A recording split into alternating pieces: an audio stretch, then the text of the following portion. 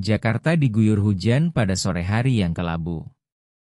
Langit tampak gelap, suara klakson kendaraan berlomba dengan gemuruh hujan yang turun deras.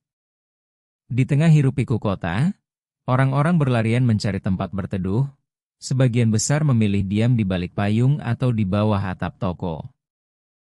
Dari lobi sebuah hotel mewah di kawasan Sudirman, Halim Prasetya melangkah keluar. Pria berusia 48 tahun itu mengenakan jas abu-abu elegan. Ia baru saja menyelesaikan pertemuan penting dengan investor asing untuk proyek properti senilai miliaran rupiah. Wajahnya tegas, ekspresi dingin khas seorang pengusaha sukses yang telah melewati banyak badai kehidupan. Namun langkahnya terhenti. Matanya menangkap sosok di seberang jalan, di bawah atap kecil kios kosong yang telah tutup. Seorang wanita dan anak laki-laki tampak duduk berimpitan, berusaha menghindari hujan yang semakin lebat. Wanita itu tampak kurus, tubuhnya basah kuyup. Tapi yang membuat Halim terpaku adalah kenyataan bahwa wanita itu hanya memiliki satu tangan. Lengan kirinya terbungkus kain tua, tampak kosong. Anak laki-laki di pelukannya kira-kira berusia 10 tahun. Ia menggigil, matanya menerawang ke jalan raya, seolah menunggu sesuatu yang tak pasti. Hati Halim mencelos. Ada sesuatu yang terasa sangat familiar. Ketika wanita itu mengangkat wajahnya, dunia seakan berhenti. Nur Aisyah. Nama itu terlintas begitu saja dalam benaknya. Wajah itu, meski pucat dan letih, tak mungkin ia lupakan. Itu adalah mantan istrinya. Wanita yang dulu ia cintai sepenuh hati. Wanita yang ia tinggalkan lebih dari 10 tahun lalu, ketika hidupnya mulai naik ke puncak. Kini ia duduk di pinggir jalan, tanpa lengan, bersama seorang anak laki-laki. Hati Halim berdebar kencang. Halim melangkah mendekat, perlahan, basah oleh hujan. Aisyah memandangnya dengan keterkejutan, lalu ketakutan. Ia seperti tidak percaya bahwa pria itu pria yang dulu menceraikannya kini berdiri di hadapannya. Aisyah. Ini kamu? Suara Halim nyaris tenggelam oleh hujan, tapi cukup jelas untuk membuat Aisyah menggenggam anaknya lebih erat. Matanya penuh keraguan, namun juga luka lama yang belum sembuh. Anak laki-laki itu memandang Halim dengan bingung. "Siapa namamu?" tanya Halim lembut kepada anak itu. "Raka," jawabnya singkat. Raka. Nama itu menghantam dada Halim seperti gelombang besar. Dulu, saat masih bersama Aisyah, mereka pernah bercanda, jika punya anak laki-laki, akan diberi nama Raka. Halim nyaris kehilangan keseimbangan. Ia menatap Aisyah dengan mata berkaca. "Dia. Anakku?" Aisyah tak menjawab. Ia hanya menunduk, wajahnya tertutup bayangan. Tapi diamnya cukup menjelaskan segalanya. Hujan semakin deras. Beberapa orang mulai melihat mereka dari jauh. Halim merogoh saku, mengeluarkan sapu tangan, dan mencoba memberikannya. "Kamu basah. Pakailah ini." "Tidak usah." Jawaban itu dingin, meski suaranya bergetar. Halim mengangguk perlahan. Ia paham. Luka itu belum sembuh, bahkan mungkin membusuk dalam diam. Tapi melihat anak kecil di pelukannya, Halim tak tahan. "Setidaknya izinkan aku mengantar kalian ke tempat yang kering. Biar Raka bisa makan dengan layak." Aisyah terdiam. Pandangannya jatuh ke wajah anaknya yang mulai menggigil. Ia mengangguk perlahan, nyaris tak terdengar. Halim memberi isyarat kepada sopirnya. Pintu mobil dibuka, dan untuk pertama kalinya setelah 11 tahun, Aisyah dan Raka masuk ke dalam mobil Halim tidak sebagai istri dan anak, tapi sebagai dua jiwa yang pernah ia tinggalkan. Di dalam mobil, tak ada yang bicara. Hanya suara AC dan hembusan napas berat Halim. Ia melirik ke belakang. Raka duduk di pangkuan ibunya, memeluk erat tubuh yang hanya setengah lengkap. Pemandangan itu menyesakkan dada. Mereka berhenti di sebuah warung makan sederhana di pinggiran Menteng. Bukan restoran bintang 5, hanya tempat kecil yang nyaman dan tenang. Halim memilih tempat itu agar Aisyah tak merasa asing. Ia memesan bubur ayam hangat, roti bakar, dan jus jeruk untuk Raka. Anak itu makan dengan lahap. Tangannya gemetar memegang sendok, wajahnya terlihat bahagia walau sederhana. Aisyah hanya duduk diam, menatap anaknya makan dengan mata berkaca. Halim tidak berkata apa-apa, hanya memperhatikan dalam diam. "Berapa lama kamu hidup seperti ini?" tanya Halim pelan. Aisyah tidak langsung menjawab. Ia menelan air liur, memejamkan mata sejenak, lalu berkata pelan. "Sejak kamu menceraikanku." Halim menunduk. Rasa bersalah menghantamnya tanpa ampun. Ia ingin memegang tangan Aisyah, tapi ia sadar tangan itu kini hanya satu. Dan tangan yang satu itu menggenggam anaknya dengan erat. Ia tidak ingin mengganggu. "Aku tidak datang untuk minta maaf. Aku hanya ingin, jika kamu izinkan, aku bisa melakukan sesuatu. Untuk kamu. Untuk Raka." Aisyah tidak menjawab. Tapi tatapannya mulai melembut. Di sudut matanya, ada rasa lelah yang dalam.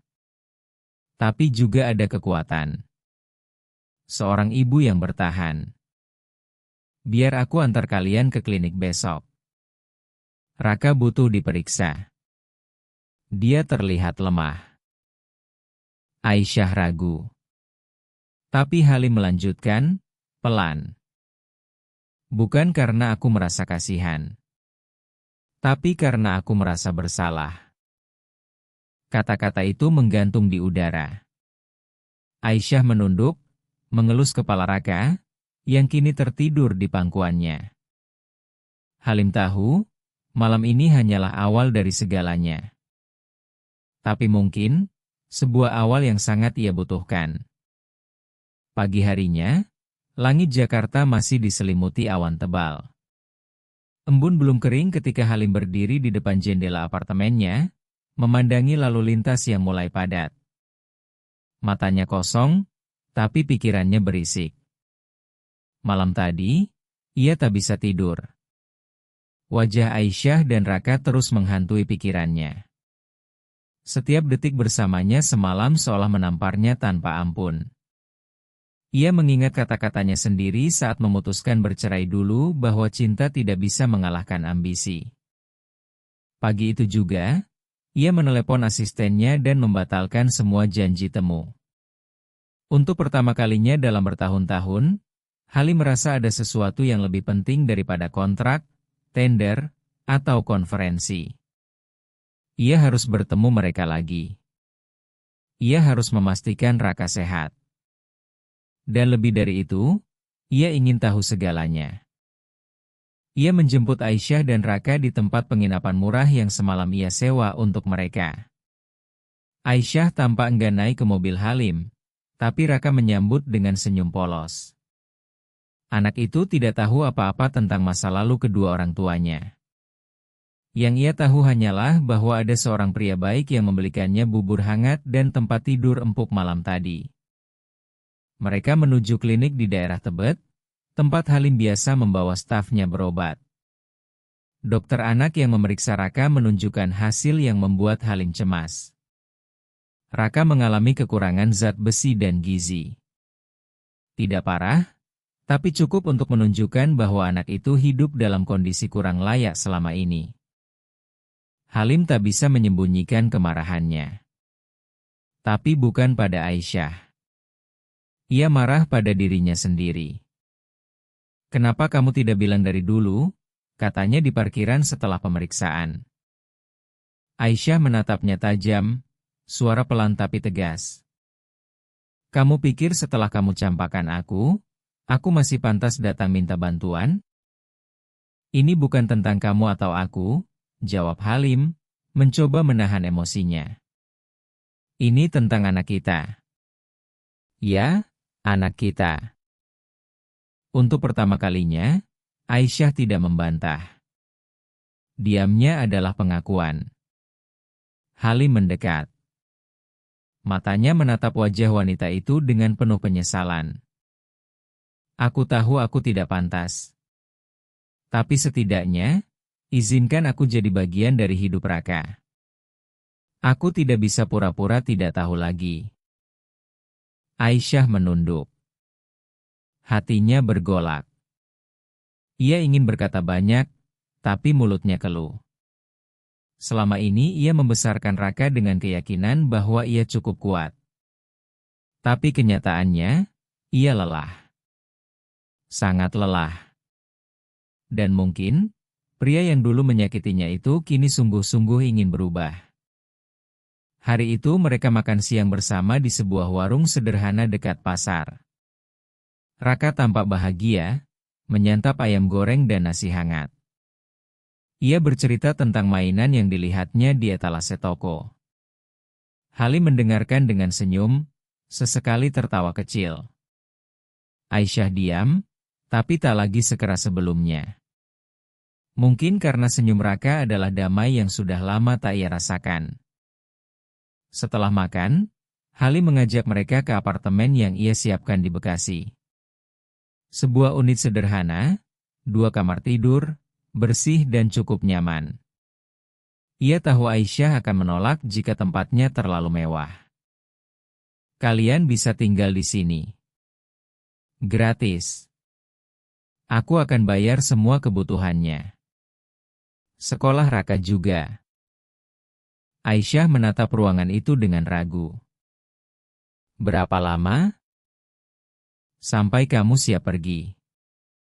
Tapi aku harap kamu tidak perlu pergi. Kata-kata itu menggantung di udara. Tidak ada janji, tidak ada paksaan. Tapi cukup untuk membuat Aisyah terpaku. Ia melihat Raka yang sedang melompat-lompat di kasur baru, tertawa kecil seperti anak-anak pada umumnya. Momen itu menamparnya betapa anaknya butuh lebih dari sekadar makanan. Ia butuh rasa aman. Malam itu, Aisyah dan Raka tidur di apartemen baru.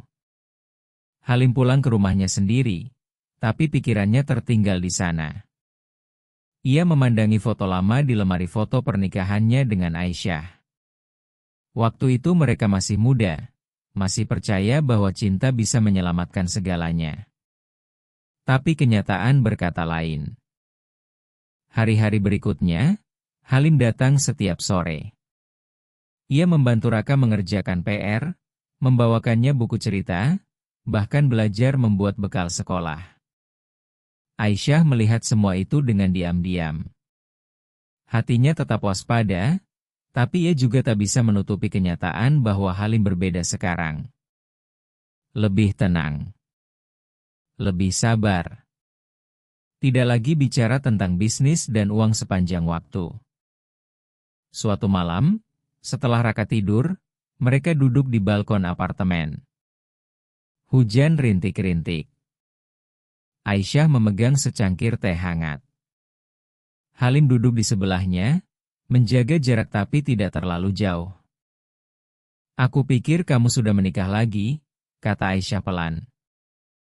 Tidak. Setelah kamu pergi, aku sadar. Tidak semua hal bisa dibeli dengan uang. Aisyah tertawa kecil, getir. Kamu sadar terlalu lambat. Halim mengangguk. Aku tahu. Tapi aku tidak akan menyerah hanya karena aku datang terlambat. Malam itu, mereka tak bicara banyak. Tapi keheningan di antara mereka bukan lagi jarak. Itu adalah jembatan. Tipis, rapuh, tapi ada. Dan di balik jendela, Raka mengintip, melihat ayah dan ibunya duduk bersama, tak tahu bahwa dunia kecilnya sedang mulai berubah. Pagi itu langit bekasi cerah. Sinar matahari menembus tirai tipis di jendela apartemen, menyapa wajah Raka yang masih tertidur lelap di samping ibunya. Aisyah menatap wajah anaknya dalam diam, lalu mengelus rambutnya dengan lembut. Sudah 10 tahun lebih ia menjalani hari-hari sebagai ibu tunggal, tanpa bantuan, tanpa keluhan, hanya bertahan karena cinta. Halim datang lebih pagi dari biasanya. Ia membawa sarapan dan beberapa perlengkapan sekolah untuk Raka. Aisyah membuka pintu dengan sedikit heran. "Kamu datang pagi sekali," katanya pelan. "Aku janji mau antar Raka lihat sekolah baru hari ini. Ingat?" jawab Halim sambil tersenyum. Mereka sarapan bersama. Raka tampak bersemangat, bercerita soal teman imajinasinya dan cita-citanya menjadi pilot. Halim mendengarkan dengan penuh perhatian. Aisyah sesekali tersenyum, tapi tetap menjaga jarak. Setelah Raka selesai makan dan masuk kamar untuk berganti pakaian, Halim menatap Aisyah. Matanya serius. "Aku ingin tahu semuanya." Aisyah terdiam. Ia tahu saatnya akan tiba, dan mungkin hari ini memang saatnya. Ia menarik napas panjang, lalu mulai bercerita. "Setelah kamu menceraikanku, aku kembali ke Yogyakarta. Aku tinggal di rumah orang tua, tapi mereka tidak pernah benar-benar menerima kenyataan bahwa aku ditinggal suami." Suara Aisyah terdengar datar, seperti membaca catatan lama yang berdebu. "Aku tidak langsung tahu kalau aku hamil. Saat tahu, aku hampir menggugurkannya. Bukan karena aku tidak mau anak, tapi karena aku takut. Takut sendirian." Halim menunduk. Ia menggenggam gelas kopi dengan erat, seolah sedang menahan luka yang lama. "Tapi saat aku mendengar detak jantungnya pertama kali, aku tahu aku tidak bisa. Aku harus melahirkan anak itu. Aku harus bertahan, apapun caranya."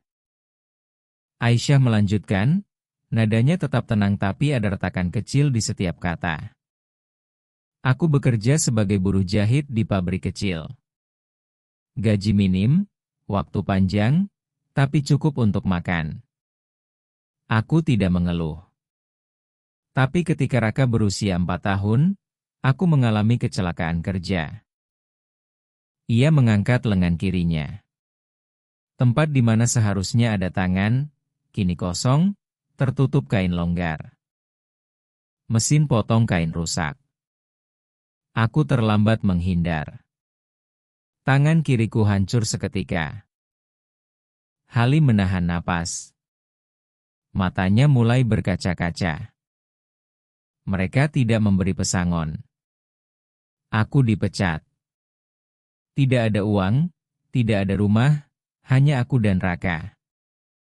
Kami tidur di masjid, di terminal, kadang di emperan toko.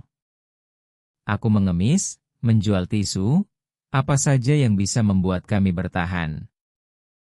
Aisyah menatap Halim, kali ini tanpa kemarahan, hanya kelelahan. "Kamu tahu rasanya apa yang paling menyakitkan? Bukan kehilangan tangan, tapi kehilangan harga diri. Melihat anakku menangis kelaparan dan aku tidak bisa berbuat apa-apa." Halim berdiri perlahan, mendekat, lalu berlutut di hadapan Aisyah. "Maafkan aku." Itu bukan sekadar kata. Itu adalah jeritan dari dalam. Mata Halim basah, dan ia tidak berusaha menyembunyikannya. "Aku bukan suami yang baik. Aku bukan manusia yang layak. Tapi izinkan aku jadi ayah yang lebih baik, mulai sekarang." Aisyah menatapnya lama. Lalu ia berkata pelan, "Raka tidak tahu siapa kamu sebenarnya. Aku tidak pernah memberitahunya. Aku tahu.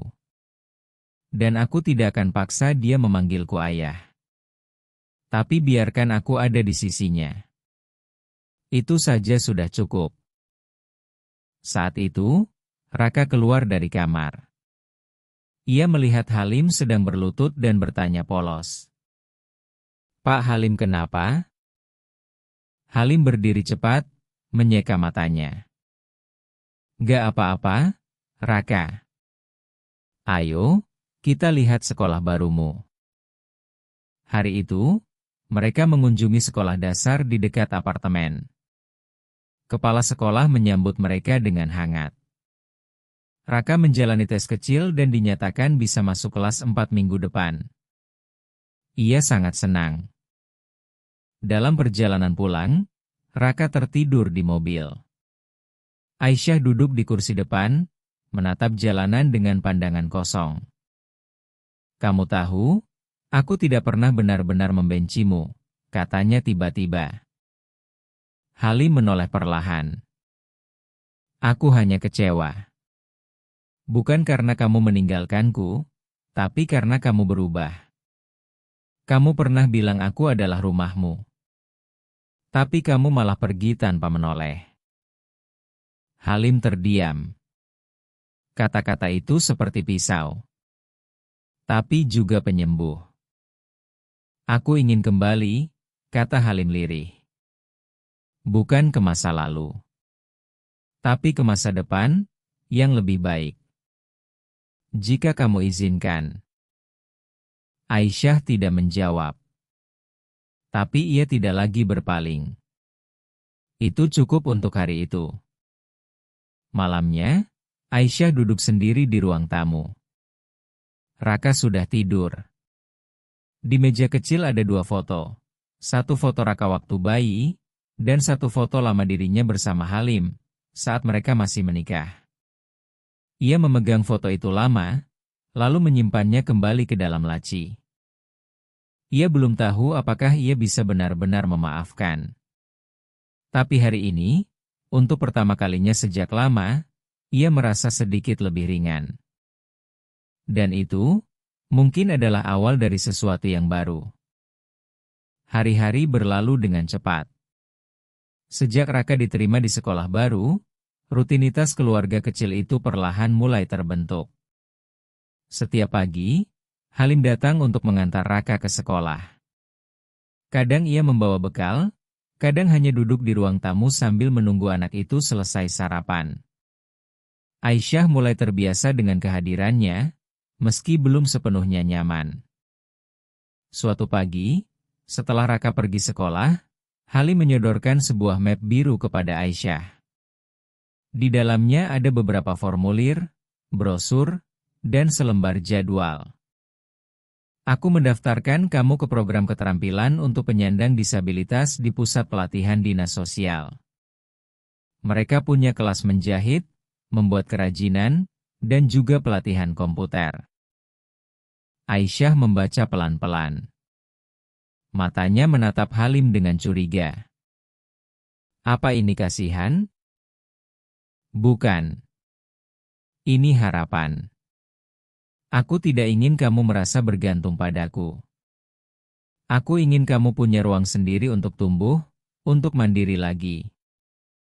Aisyah memejamkan mata sejenak. Sudah lama sekali tidak ada yang percaya pada kemampuannya. Setelah kecelakaan itu, dunia seolah hanya melihatnya sebagai beban. Tapi Halim, setidaknya hari ini, melihat lebih dari sekadar lengan yang hilang. Beberapa hari kemudian, Aisyah memutuskan ikut pelatihan itu. Ia berangkat sendiri dengan bus Transjakarta, menolak ditemani Halim. Ia ingin mencoba berdiri kembali dengan satu kaki yang masih kuat, satu tangan yang masih bisa digerakkan. Di pusat pelatihan, ia bertemu banyak orang senasib. Beberapa di antaranya kehilangan kaki, sebagian lain kehilangan penglihatan, tapi semua memiliki semangat yang sama bangkit. Di rumah, Halim mulai mengisi kekosongan itu dengan cara baru. Ia mulai belajar memasak dari internet, meskipun hasilnya seringkali gosong atau terlalu asin. Tapi setiap kali Raka tertawa karena ayam goreng buatan ayahnya keras seperti batu, Halim merasa itu adalah pujian paling jujur yang pernah ia terima. Hubungan antara Halim dan Raka tumbuh pelan-pelan. Anak itu belum tahu kebenaran tentang siapa Halim sebenarnya, tapi ia merasakan bahwa pria itu lebih dari sekadar teman ibunya. Ia mulai memanggil Halim dengan sebutan, Pak Halim. Lalu suatu hari, tanpa disengaja, ia berkata, Ayah, ketika minta diambilkan air minum. Semua terdiam sejenak, lalu Raka menutup mulutnya sendiri, malu. Halim tersenyum, tapi tidak memaksa. Ia hanya mengelus kepala Raka dan berkata, Terima kasih, Nak. Sore itu, Aisyah pulang lebih lambat dari biasanya. Ia membawa hasil karya pertamanya dari pelatihan, sebuah tas kain sederhana dengan hiasan bordir bunga. Ia menunjukkan kepada Halim tanpa banyak kata. Halim menerimanya seperti menerima piala. Ini luar biasa. Aisyah hanya tersenyum kecil. Malam itu, mereka duduk di balkon. Udara Bekasi cukup sejuk, suara serangga malam terdengar samar. Aisyah menyeruput teh hangat, Halim memandang langit yang mulai dipenuhi bintang. Kenapa kamu tidak menikah lagi? Tanya Aisyah, tiba-tiba. Halim butuh beberapa detik sebelum menjawab. Karena tidak ada yang seperti kamu. Aisyah menoleh. Wajahnya datar, tapi matanya basah. Kamu tahu, dulu aku bukan istri yang sempurna. Dan aku bukan suami yang layak. Mereka terdiam lagi. Tapi keheningan kali ini berbeda. Bukan keheningan karena luka, tapi keheningan karena pengakuan. Raka layak tahu siapa kamu sebenarnya, kata Aisyah akhirnya. Halim menoleh cepat. Kalau kamu izinkan. Aisyah mengangguk pelan. Aku tidak bisa terus sembunyi. Tapi aku juga ingin kamu siap. Jangan beri harapan kalau kamu tidak sungguh-sungguh ingin bertahan. Halim mendekat sedikit. Aku di sini karena aku tidak mau lari lagi. Hari berikutnya, mereka mengajak Raka berjalan-jalan ke taman mini. Sepanjang hari, mereka bermain, tertawa, dan makan bersama. Di penghujung hari, saat matahari mulai tenggelam, Halim memeluk Raka dan berkata, Ayah ingin bicara sesuatu. Mereka duduk di bangku taman. Aisyah duduk di samping, menggenggam tangan Raka. Ayah bukan orang baru. Ayah adalah bagian dari hidup kamu sejak kamu dalam perut ibu. Tapi ayah pernah buat kesalahan besar. Ayah pergi sebelum kamu lahir. Raka menatapnya, bingung. Jadi ayah itu ayah kandungku? Halim mengangguk. Aku minta maaf karena terlambat datang. Tapi sekarang, aku ingin selalu ada untuk kamu. Jika kamu izinkan. Raka tidak langsung menjawab. Ia menunduk, lalu memeluk ibunya erat. Aisyah mencium kepalanya. Tidak apa-apa kalau kamu belum siap, katanya lembut. Tapi Raka berbisik, nyaris tak terdengar. Aku senang punya ayah. Mata Halim memerah. Ia menahan napas, lalu merangkul anak itu perlahan. Malam itu, di perjalanan pulang, mereka tidak banyak bicara. Tapi hati mereka terasa lebih penuh dari sebelumnya. Sesuatu yang retak perlahan mulai menyatu kembali. Dan Aisyah, untuk pertama kalinya sejak kehilangan lengan kirinya, merasa bahwa hatinya perlahan tumbuh lagi tidak sempurna, tapi hidup. Pagi itu Aisyah menerima telepon dari tetangganya di Yogyakarta. Suara di seberang sana terdengar panik, tergesa. Ayahnya, Pak Salim, Tiba-tiba jatuh pingsan dan kini dirawat di rumah sakit daerah. Aisyah menggenggam ponsel dengan tangan satu-satunya. Wajahnya pucat. Sudah lama ia tidak pulang ke rumah itu. Terlalu banyak kenangan, terlalu banyak luka. Halim melihat perubahan di wajah Aisyah. Ia tidak bertanya banyak, hanya bertindak. 2 jam kemudian, mereka sudah berada di mobil menuju Bandara Halim Perdana Kusuma. Ia memesan tiket paling cepat ke Yogyakarta untuk Aisyah dan Raka. Tapi Aisyah menoleh sebelum naik ke pesawat. Kamu tidak perlu ikut. Tapi aku mau. Ini keluargaku. Aku tahu. Justru karena itu aku ikut. Aisyah akhirnya tidak berkata apa-apa. Ia hanya diam, tapi diamnya bukan penolakan. Sesampainya di rumah sakit, mereka langsung menuju ruang perawatan intensif. Pak Salim terbaring lemah, infus menancap di tangannya. Wajahnya tampak tua, jauh lebih tua dari usia sebenarnya. Aisyah duduk di samping ranjang, menggenggam tangan ayahnya dengan pelan, seolah takut menyakitinya. Halim berdiri di dekat pintu, memberi ruang. Beberapa menit kemudian, Pak Salim membuka mata perlahan. Pandangannya kabur, tapi ia mengenali wajah putrinya. Aisyah. Iya, ayah. Ini aku. Pak Salim menggerakkan mata ke arah Halim. Napasnya berat. Dia? Aisyah mengangguk, perlahan. Iya, ayah. Ini Halim. Halim mendekat, membungkuk hormat. Assalamualaikum, Pak.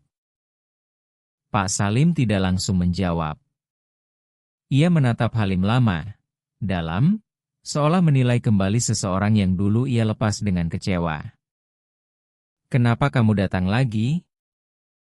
Karena saya ingin memperbaiki apa yang dulu saya hancurkan.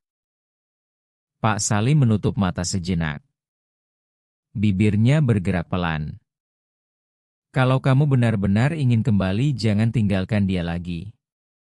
Jangan biarkan dia terluka lagi. Saya janji, Pak. Malam itu Halim tidak tidur. Ia menunggu di bangku lorong rumah sakit, bersama Aisyah yang terus memandangi monitor detak jantung ayahnya. Raka sudah tidur di ruang tunggu anak, dibaringkan oleh perawat. Hening menyelimuti bangunan tua itu. Hanya suara detak jam dan langkah suster yang sesekali lewat. Pagi harinya, dokter datang dengan kabar cukup baik. Kondisi Pak Salim stabil, meski butuh waktu pemulihan lama. Mereka diizinkan membawa Pak Salim pulang ke rumah jika ada yang merawat. Aisyah ragu. Ia tidak tahu apakah mampu. Tapi Halim langsung berkata, saya akan bantu. Rumah tua di pinggir kota Yogyakarta itu belum berubah banyak. Dindingnya masih kusam, ubinnya masih retak. Tapi saat mereka membawa Pak Salim masuk, ada sesuatu yang terasa berbeda. Hangat. Seperti rumah benar-benar kembali menjadi rumah. Selama beberapa hari, Halim tinggal di sana bersama mereka. Ia membantu memandikan Pak Salim, memasak bubur, mengganti sprei, bahkan membersihkan halaman. Para tetangga yang dulu mengenalnya sebagai menantu, gagal, kini memandangnya dengan rasa heran, bahkan takjub. Suatu sore, Aisyah duduk di beranda rumah sambil melipat pakaian. Halim duduk di dekatnya, mengupas jeruk untuk Raka. Kamu tidak perlu melakukan semua ini, kata Aisyah pelan. Tapi aku ingin. Aku takut ini cuma sementara. Kalau memang begitu, biarkan aku membuat masa sementaranya berarti. Aisyah menatap langit senja. Warna oranye lembut membasuh langit kota, seperti menenangkan luka yang lama terpendam. Ia tak menjawab, tapi juga tak lagi menolak. Di malam yang sama, Pak Salim memanggil Halim ke kamarnya. Suaranya lemah, tapi nadanya jelas. "Kamu tahu apa yang paling aku sesalkan dulu?" "Apa, Pak?" "Bukan karena kamu menceraikan Aisyah. Tapi karena aku membiarkannya menghadapi semuanya sendiri. Aku terlalu sibuk dengan harga diriku sebagai orang tua."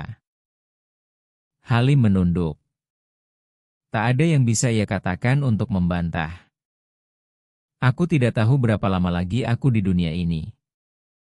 Tapi kalau kamu sungguh-sungguh ingin jadi bagian keluarga ini lagi, jangan setengah hati." "Saya sungguh-sungguh, Pak."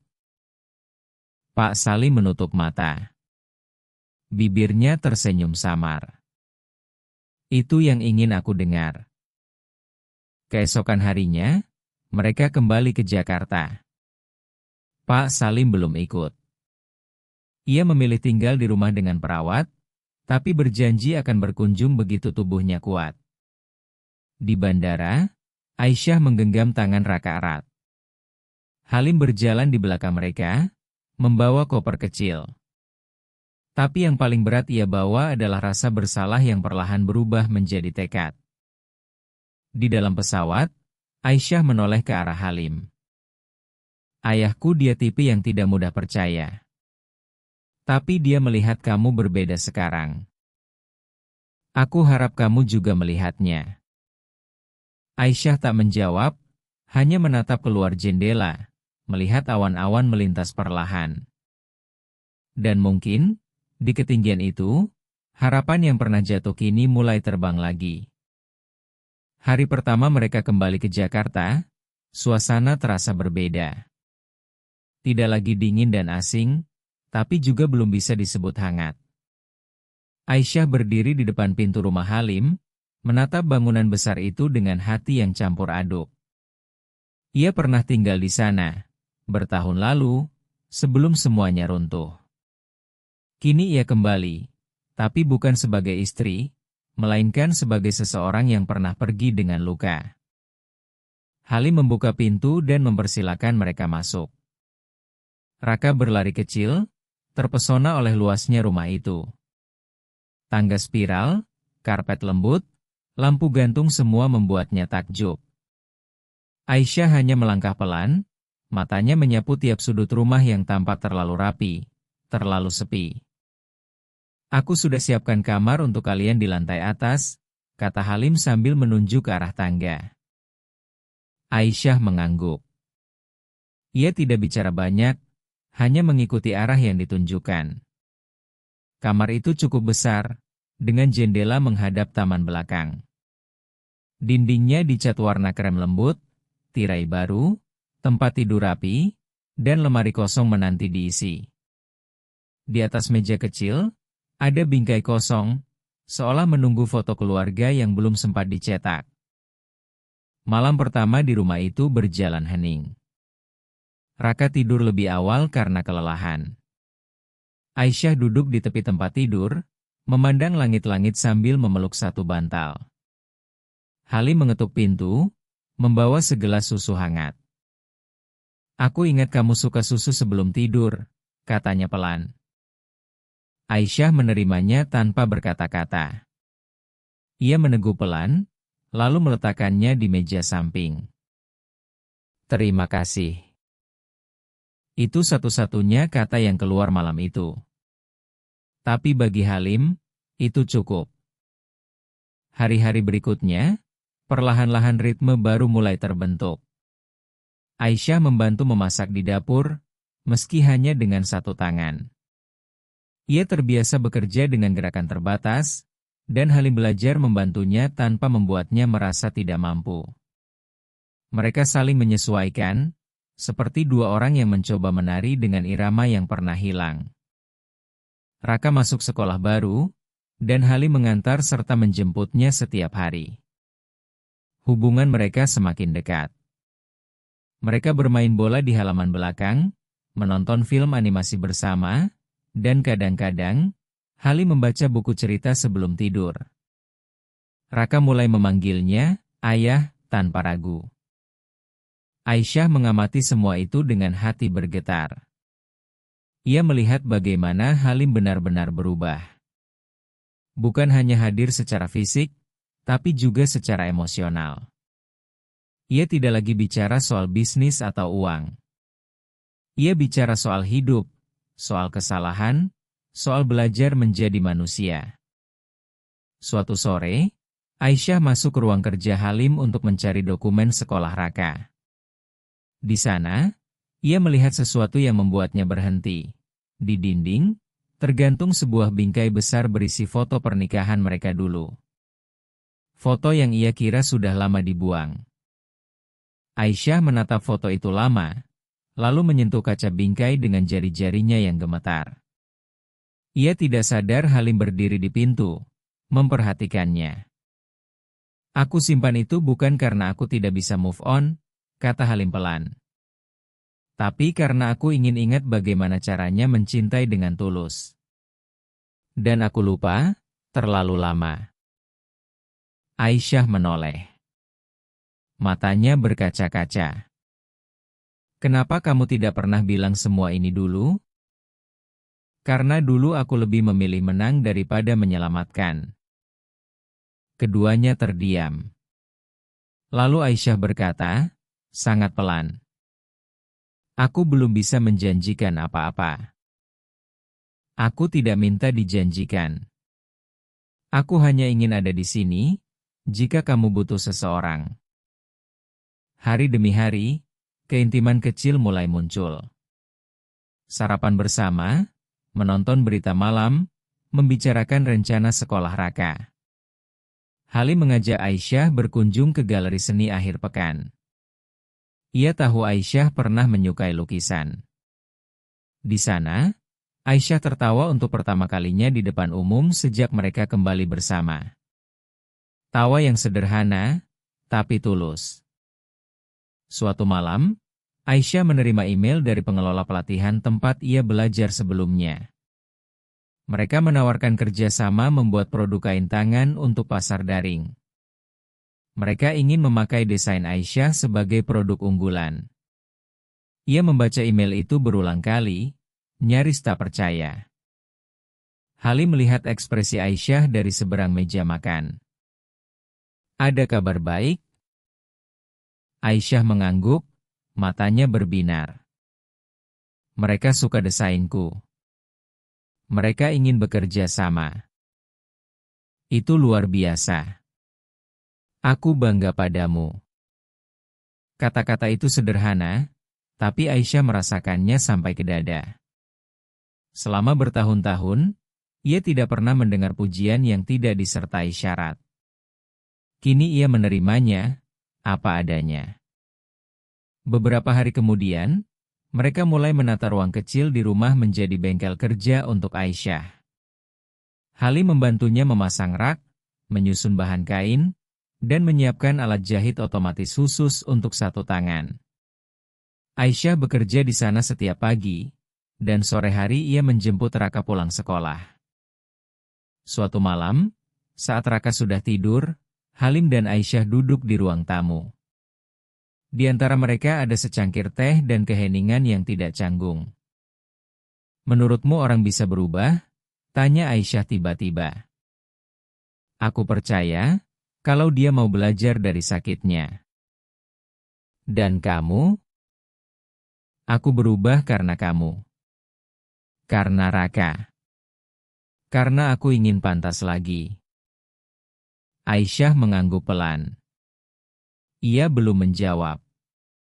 Tapi untuk pertama kalinya, ia memandang Halim bukan sebagai seseorang dari masa lalu, tapi sebagai bagian dari masa depan yang mungkin.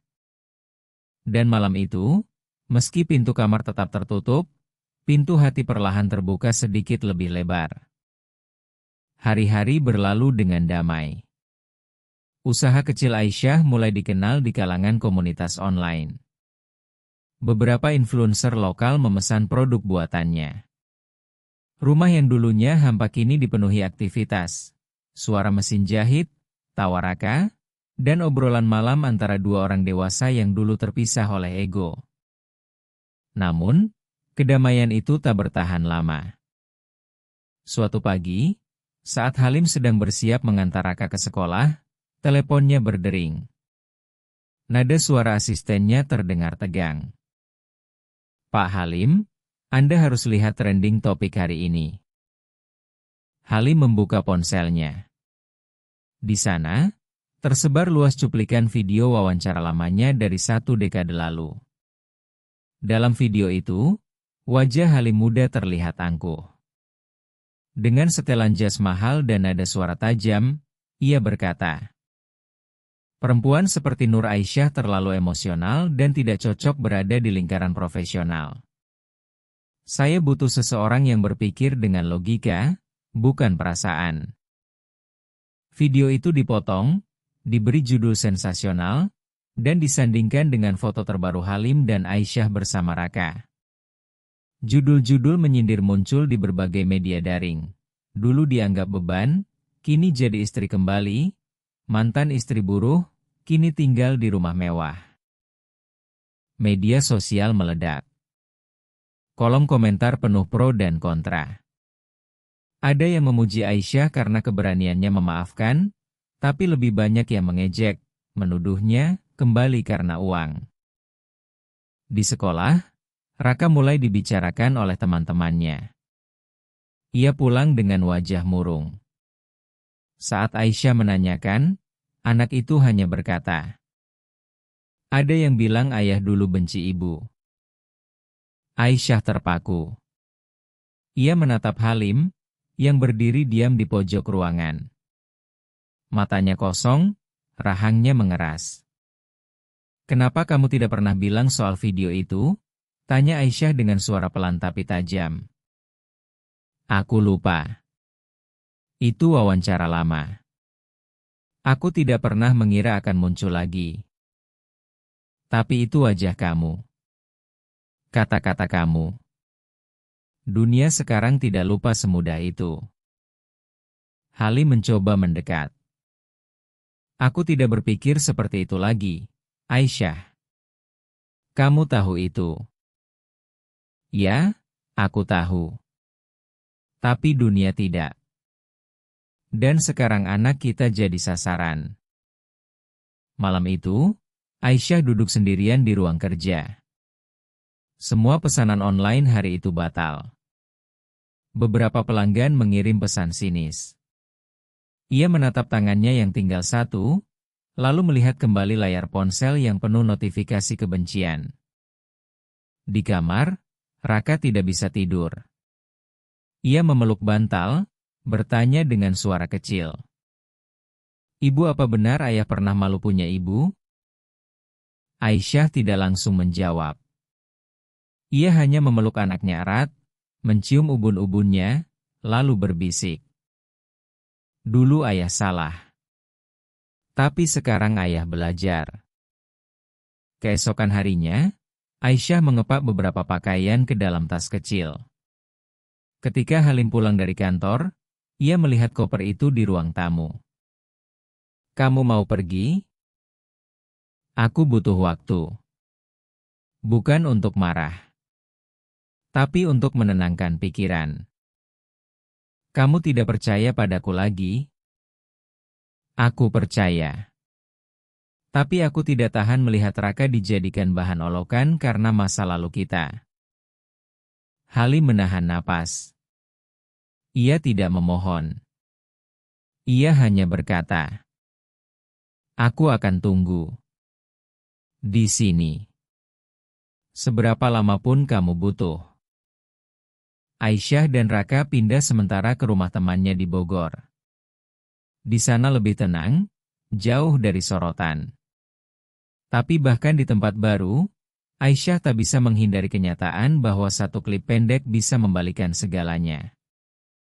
Di Jakarta, Halim menggelar konferensi pers. Ia bicara bukan sebagai pengusaha, tapi sebagai manusia. Ia berdiri di depan podium, menatap kamera, dan berkata, 10 tahun lalu, Saya adalah pria yang sombong. Saya kehilangan istri karena kesombongan itu. Tapi saya diberi kesempatan kedua, dan saya tidak akan sia-siakan. Kata-kata saya di masa lalu menyakitkan, dan saya bertanggung jawab. Tapi jangan hukum keluarga saya karena kesalahan yang saya sendiri buat. Pidatonya viral. Banyak yang mulai berubah pandangan. Tapi lebih dari itu, Aisyah menyaksikan video itu dari layar ponsel dengan mata berkaca. Malamnya, Raka mendekat dan bertanya, "Kita kapan pulang?" "Kenapa? Kamu nyaman di sini, kan?" "Iya. Tapi aku rindu ayah." Aisyah tersenyum. Ia mengusap kepala anaknya, lalu menjawab, "Mungkin sebentar lagi." Beberapa hari kemudian, Halim menerima pesan singkat dari Aisyah, "Kami pulang besok." Esoknya, saat mobil mereka berhenti di depan rumah, Halim sudah menunggu di teras, berdiri tegak seperti seseorang yang bersyukur masih diberi kesempatan. Raka berlari lebih dulu, memeluknya erat. Aisyah turun pelan, matanya menatap Halim dalam-dalam. "Aku belum selesai marah. Tapi aku tidak ingin marah sendirian. Aku siap mendengarkan. Sebanyak yang kamu perlu." Mereka masuk ke rumah bersama. Tidak ada pelukan dramatis. Tidak ada air mata. Hanya keheningan yang damai. Tapi dari keheningan itu, mereka tahu satu hal. Kali ini, mereka tidak akan lari. Pagi itu Jakarta diguyur hujan tipis. Awan menggantung rendah, seakan membawa pertanda buruk yang tak diucapkan. Aisyah menyiapkan bekal untuk Raka di dapur, sementara Halim membantu memasukkan buku ke tas sekolah. Rutinitas pagi yang selama beberapa minggu terakhir mulai terasa seperti kehidupan normal. "Raka, jangan lupa jaket," seru Halim dari ruang tamu. "Iya, ayah." Raka turun dari tangga sambil tersenyum. Ia mengenakan seragam putih abu-abu, rambutnya sedikit berantakan. Halim merapikannya cepat sebelum mereka berangkat. Di mobil, mereka mendengarkan lagu anak-anak dari radio. Raka bercerita soal lomba menggambar yang akan diikutinya minggu depan. Ia ingin menggambar rumah impiannya. Ada taman, ada ruang kerja untuk ibu, dan tempat main untuk ayah. Halim tertawa, Aisyah tersenyum. Rasanya, dunia mereka sedang mulai kembali utuh. Tapi hidup tak pernah memberi peringatan saat akan menghancurkan sesuatu. Sore hari, Aisyah menerima telepon dari sekolah. Suara di ujung sana panik. "Bu Aisyah, Raka kecelakaan di depan gerbang sekolah. Kami sudah bawa ke rumah sakit terdekat." Aisyah menjatuhkan ponsel. Wajahnya pucat, kakinya lemas. Halim yang baru pulang dari kantor langsung berlari menghampiri. Tanpa bicara, mereka menuju mobil. Di rumah sakit, waktu terasa membeku. Suara mesin, langkah suster, dan aroma disinfektan memenuhi udara. Di balik pintu gawat darurat, Raka sedang ditangani oleh tim dokter. Perawat menjelaskan, Raka tertabrak motor saat hendak menyeberang jalan. Ia terpental, kepalanya membentur aspal. Pendarahan ringan di kepala dan lengan kirinya patah. Aisyah menangis dalam diam. Halim berdiri mematung, kepalan tangannya gemetar. Saat dokter keluar, wajahnya serius. Keadaan stabil, tapi dia harus diawasi ketat selama 24 jam ke depan. Jika ada pendarahan dalam, bisa berbahaya. Aisyah masuk ke ruang rawat dengan langkah pelan. Raka terbaring lemah, selang infus menempel di tangannya, wajahnya penuh lebam. Tapi matanya membuka perlahan saat melihat ibunya. "Ibu." Aisyah menahan tangis, menggenggam tangan Raka yang bebas. "Aku di sini, Nak." "Ibu di sini?" Halim berdiri di belakang, menatap anaknya dengan mata berkaca. Ia mendekat, menyentuh rambut Raka. "Kamu kuat, ya?" Raka mengangguk pelan. "Mimpi aku tadi kita bertiga main layang-layang." Aisyah dan Halim saling pandang. Dalam senyuman tipis Raka, ada harapan yang mereka takut kehilangan. Malam itu, Aisyah duduk di kursi samping tempat tidur Raka. Halim menyelimuti dirinya dengan jaket, duduk di lantai. Tidak ada yang tidur. Mereka hanya menunggu, berharap waktu berlalu cepat. Sekitar tengah malam, alarm monitor detak jantung berbunyi nyaring. Perawat masuk terburu-buru, diikuti dokter. Mereka memeriksa alat, menekan tombol, memberi instruksi. Tekanan darahnya turun. "Siapkan ruang CT scan." Aisyah terpaku. Halim memeluknya dari belakang, menahan tubuhnya yang mulai gemetar. Raka dibawa keluar ruangan, diiringi langkah cepat para petugas. Dalam lorong rumah sakit yang sunyi, Aisyah berkata pelan, "Kalau sesuatu terjadi pada Raka, aku tidak akan kuat." Halim menggenggam tangan Aisyah. "Aku juga tidak."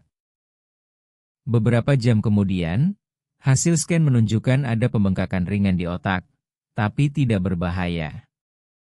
Dokter menyarankan observasi intensif dan istirahat penuh. Aisyah memeluk anaknya saat ia kembali ke ruang rawat. Ia menangis pelan di bahu Raka yang sudah tertidur karena pengaruh obat. Halim berdiri di pojok ruangan, menatap mereka dalam diam. Esok harinya, Aisyah memutuskan untuk bicara. "Aku pikir, mungkin selama ini aku terlalu mudah percaya kamu sudah berubah." Halim mengangguk pelan. "Mungkin. Tapi saat Raka jatuh tadi malam, kamu ada. Kamu tidak lari. Aku sudah cukup lari seumur hidupku. Sekarang waktunya berhenti." Aisyah menatap wajah Halim lama. Mata itu lelah, tapi tidak bohong. Ia tahu, pria itu bukan lagi pria yang sama 10 tahun lalu. Tapi bekas luka di hatinya belum sepenuhnya hilang. "Aku tidak tahu apa kita bisa kembali seperti dulu. Aku tidak minta kembali ke dulu. Aku ingin kita mulai yang baru." "Apa kamu yakin?" "Aku lebih yakin dari sebelumnya." Beberapa hari kemudian, Raka pulih perlahan. Ia bisa duduk, makan bubur, dan menonton kartun. Wajahnya kembali ceria. Tapi kini, di mata anak itu ada kedewasaan yang tak biasa. Seolah kecelakaan itu mengajarkannya bahwa waktu bersama orang tua tidak boleh disia-siakan. Di rumah, Halim menyiapkan kejutan kecil. Ia memasang foto keluarga baru mereka di dinding ruang tamu. Bukan foto lama yang penuh kenangan pahit, tapi foto baru mereka bertiga, tersenyum di taman, sederhana dan jujur. Saat Aisyah melihat foto itu, ia tak berkata apa-apa. Ia hanya mendekat, menyentuh bingkai, lalu menoleh ke Halim. "Mungkin ini belum akhir. Tapi setidaknya, kita tidak sendiri lagi." Halim mengangguk. Dan di antara mereka, rasa takut perlahan digantikan oleh keyakinan. Bahwa cinta yang diuji, jika bertahan, akan menjadi cinta yang paling kuat. Pagi itu, Halim menerima undangan resmi dari sebuah lembaga sosial yang fokus pada pemberdayaan perempuan dan keluarga korban kekerasan emosional. Mereka mengundangnya, bersama Aisyah, sebagai pembicara dalam sebuah diskusi publik bertema, "Kesempatan Kedua, memaafkan dan membangun kembali. Awalnya Aisyah ragu. Ia bukan tipe yang suka bicara di depan umum, apalagi membongkar luka di hadapan orang asing. Tapi setelah berpikir lama, ia berkata, "Mungkin ini waktunya orang tahu versi kita. Bukan dari media. Bukan dari potongan video. Tapi dari hati kita sendiri." Halim hanya mengangguk. Ia tahu, Aisyah bicara bukan untuk pembenaran, tapi untuk membuka pintu bagi orang lain yang pernah merasakan luka serupa. Malam sebelum acara, mereka duduk di ruang tamu, berdua. Raka sudah tidur lebih awal. Di meja, ada catatan kecil yang Aisyah tulis untuk persiapan besok. Tangannya gemetar sedikit. "Kamu takut?" tanya Halim. "Bukan takut. Lebih ke rentan. Aku belum pernah menceritakan semuanya seperti ini." Halim menggenggam tangannya perlahan. "Kamu tidak sendiri. Aku akan duduk di sebelahmu. Kalau kamu diam, aku yang bicara." Aisyah tersenyum tipis. "Kalau kamu bohong, aku akan potong kalimatmu di depan umum." Mereka tertawa kecil. Tawa ringan yang hanya dimiliki oleh dua orang yang pernah saling melukai dan memilih saling sembuhkan. Hari acara tiba. Aula komunitas dipenuhi orang-orang dari berbagai latar belakang. Mahasiswa, aktivis sosial, ibu rumah tangga, bahkan beberapa tokoh media yang tertarik dengan kisah mereka. Moderator memperkenalkan mereka dengan singkat, lalu memberi panggung. Halim memulai. "Saya Halim Prasetya.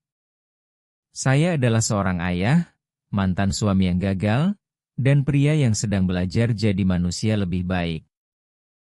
Ruang itu sunyi. Semua mata tertuju padanya. "Saya pernah menyia-nyiakan keluarga saya demi ambisi. Saya berpikir kesuksesan berarti angka di rekening dan kontrak di atas meja. Tapi saya lupa bahwa keberhasilan terbesar adalah dicintai dan bisa mencintai balik." Kemudian giliran Aisyah.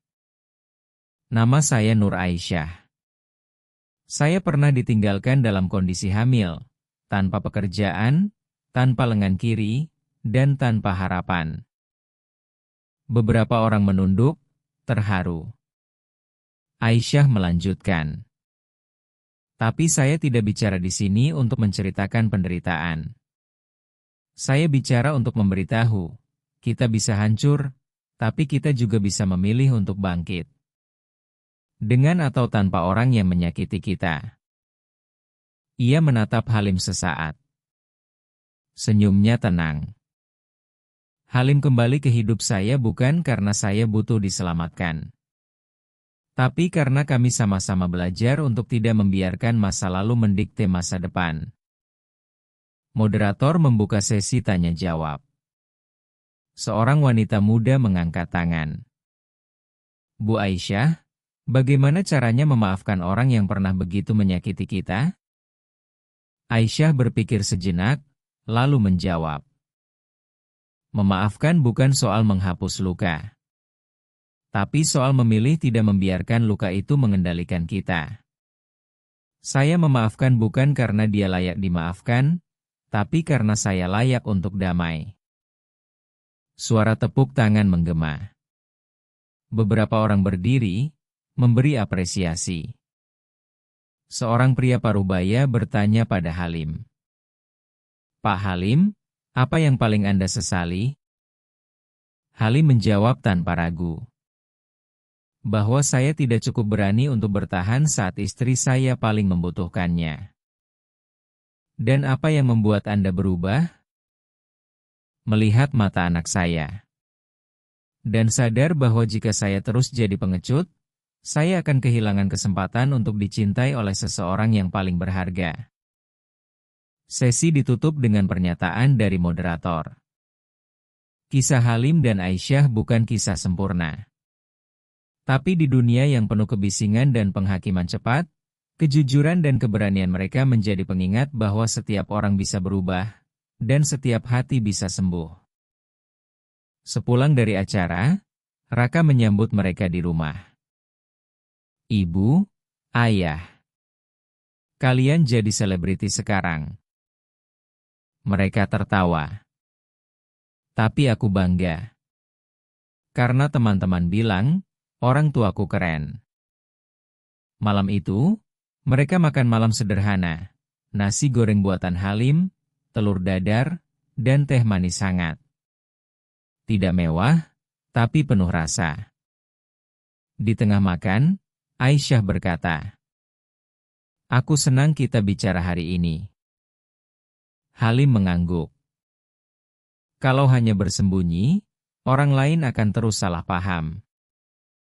Dan sekarang, setidaknya satu cerita tentang kita keluar dari mulut kita sendiri. Halim menatap Aisyah dalam-dalam. Terima kasih sudah berani bicara. Dan terima kasih sudah berani bertahan. Aisyah tersenyum, lalu berkata pelan. Kita belum selesai. Tapi kita sudah di jalan yang benar. Dan malam itu, untuk pertama kalinya, rumah mereka terasa tidak hanya sebagai tempat tinggal, tapi sebagai ruang untuk bertumbuh, menyembuhkan, dan berharap. 1 tahun berlalu sejak mereka pertama kali bertemu kembali di bawah hujan Jakarta. Banyak hal telah berubah sejak hari itu, tapi satu hal tetap sama. Mereka masih memilih satu sama lain setiap pagi yang datang. Aisyah kini menjalankan bisnis kecil dari rumah. Produknya dijual di berbagai platform online dan butik lokal. Dengan satu tangan dan semangat penuh, ia memimpin tim kecil yang semuanya adalah perempuan penyintas. Ia bukan hanya menjahit kain, tapi juga menjahit harapan. Halim, meski tetap menjalankan perusahaannya, kini lebih sering di rumah. Ia mengatur waktu agar bisa mengantar Raka ke sekolah, makan siang bersama Aisyah, dan membaca buku cerita sebelum tidur. Ia tidak lagi mengejar angka, tapi momen. Raka tumbuh menjadi anak yang cerdas dan penuh empati. Ia mulai menulis cerita pendek tentang keluarganya, tentang ayah yang pernah pergi dan ibu yang tidak pernah menyerah. Cerita-cerita itu ia kumpulkan diam-diam di sebuah buku catatan bergambar pesawat terbang. Suatu sore, mereka duduk di taman belakang rumah. Halim memanggang jagung, Raka berlari-lari mengejar capung, dan Aisyah duduk di ayunan kecil sambil membaca. Matahari sore menyinari halaman, menciptakan bayangan panjang yang indah di rumput. Kamu tahu, kata Halim sambil menyerahkan jagung bakar kepada Aisyah, aku pernah berpikir kebahagiaan itu datang dari hal-hal besar. Dan sekarang, tanya Aisyah, menggigit jagung perlahan. Sekarang aku tahu. Kebahagiaan itu datang dari melihat kamu tertawa tanpa rasa takut, dari pelukan Raka sebelum tidur, dari makan malam sederhana. Aisyah menatapnya. Senyum di wajahnya tenang, penuh penerimaan. Kamu sudah menjadi pria yang dulu pernah aku doakan. Halim menunduk, matanya sedikit berkaca. Dan kamu masih perempuan yang aku kagumi sejak pertama kali kita bertemu di toko buku itu. Mereka tertawa kecil, mengenang masa lalu.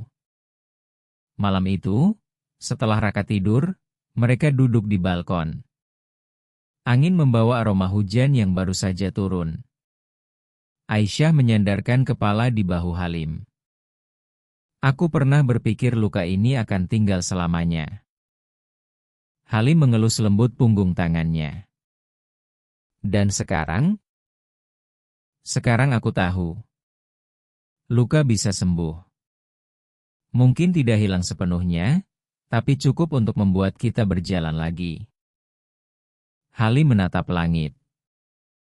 Kamu tahu, kalau saat itu kita tidak bertemu lagi di bawah hujan itu, aku mungkin akan terus hidup dengan kesombongan. Tapi kamu dan Raka menyelamatkanku. Aisyah mengangguk pelan. Kita saling menyelamatkan. Beberapa bulan kemudian, mereka mengadakan acara kecil di rumah. Hanya keluarga, teman dekat, dan rekan kerja yang selama ini mendukung perjalanan mereka. Tidak ada pelaminan mewah, tidak ada gaun putih, hanya dua orang yang pernah patah, memilih untuk saling utuh kembali. Dalam pidato singkatnya, Halim berdiri di depan tamu dengan tangan menggenggam erat tangan Aisyah. Saya berdiri di sini bukan sebagai pria tanpa celah, tapi sebagai seseorang yang belajar mencintai dengan cara baru. Terima kasih, Aisyah, telah memberiku kesempatan kedua. Aisyah tersenyum dan menjawab, pelan namun mantap. Dan aku berdiri di sini bukan sebagai wanita yang memaafkan karena lemah. Tapi karena aku tahu, kebencian tidak akan membesarkan anakku dengan damai.